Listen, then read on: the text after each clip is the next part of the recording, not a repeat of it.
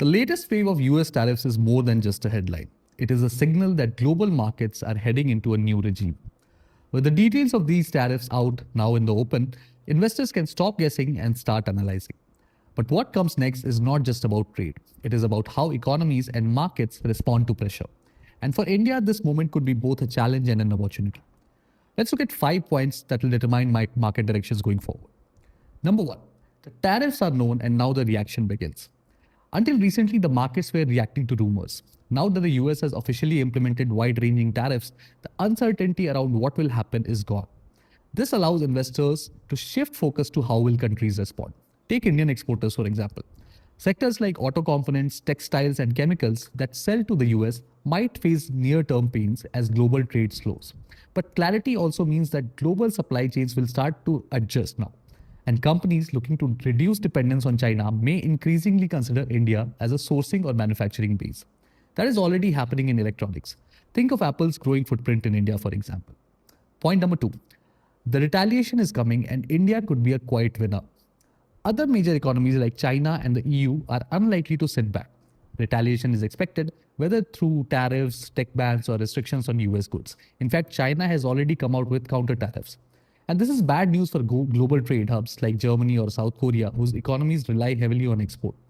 But for India, which has the large domestic market and is slowly becoming a China plus one manufacturing destination, this can be a tailwind. For example, India's defense exports have quietly doubled in the last 3 years, and pharmaceutical manufacturing is increasingly seen as an alternative to Chinese supply. If the world breaks into trading blocks, India may benefit from being in the middle, not fully aligned with either side. Point number 3, US recession risk is now real, and India's exports will feel it.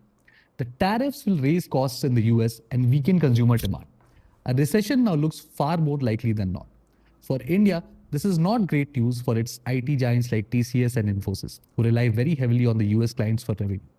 If corporate America tightens spending, IT and outsourcing contracts will get hit. But here's the good news. India is not just an export story.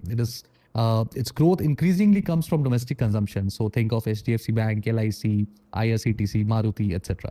These companies serve the local economy and not just the global one. And in a world where exports are shrinking, countries that can grow internally will stand out.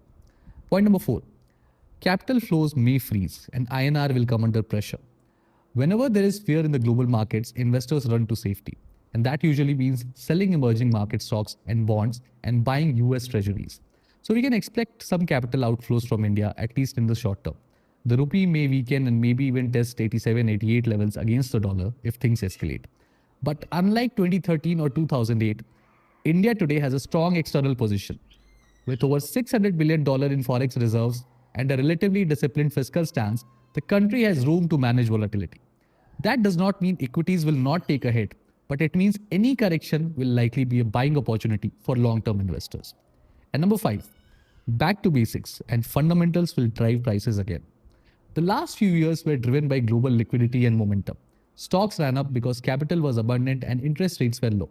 But with global interest rates high and risk appetite low, we are going back to a world where valuation, cash flows, and real earnings matter. For Indian markets, this shift could mean a very big rotation. High PE concept stocks and pre-revenue tech plays might underperform. Instead, companies with solid balance sheets, good cash flows, and pricing power, like power utilities, insurance firms, and capital goods companies, could shine. Look at NTPC or L&T, boring to some, but now suddenly attractive. These are the kinds of businesses that survive when liquidity dries up and growth slows. So what's the bottom line? We are looking at a macro reset and India looks relatively resilient. We are entering into a new macro regime, slower trade, tighter capital, and more geopolitical friction. That does not mean doom. It just means markets will become more selective.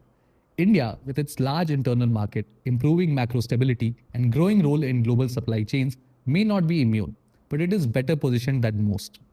The days of easy money are over, but for long-term investors focused on fundamentals, this could be the start of a new kind of bull market, one driven not by liquidity, but by real strength.